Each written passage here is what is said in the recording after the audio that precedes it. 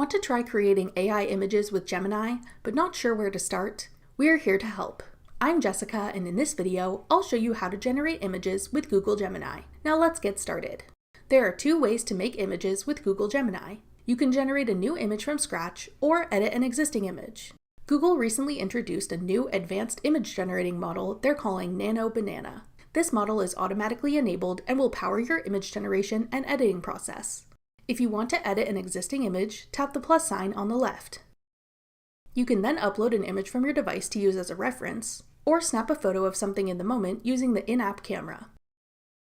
Once you've attached your reference photo, you'll need to write a prompt for the edits you want the AI to make. If you'd like to generate a new image, just type in what you want it to look like. Whether you're editing a photo or starting from scratch, be as descriptive as possible in your prompt, mentioning all elements you want included, like the subject of the image, the details, style, and mood.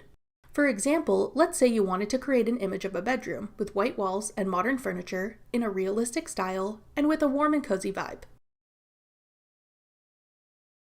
If you're editing an image, you could ask for certain aspects of the image to be changed, like please change the wall color to a soft beige while keeping the furniture the same.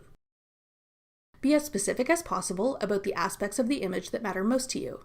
Use aesthetic references and inspirations to give the AI an idea of what style you're going for. You can also specify things you don't want in your image or styles you want to avoid.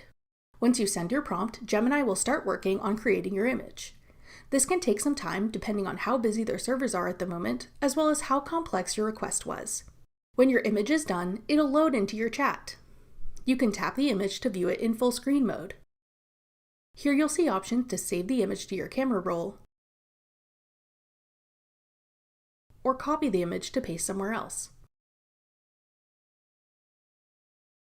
After getting an image result, you can ask for edits if it isn't looking how you envisioned. If you want to make multiple changes, it's helpful to separate them into a numbered list to make your request clear.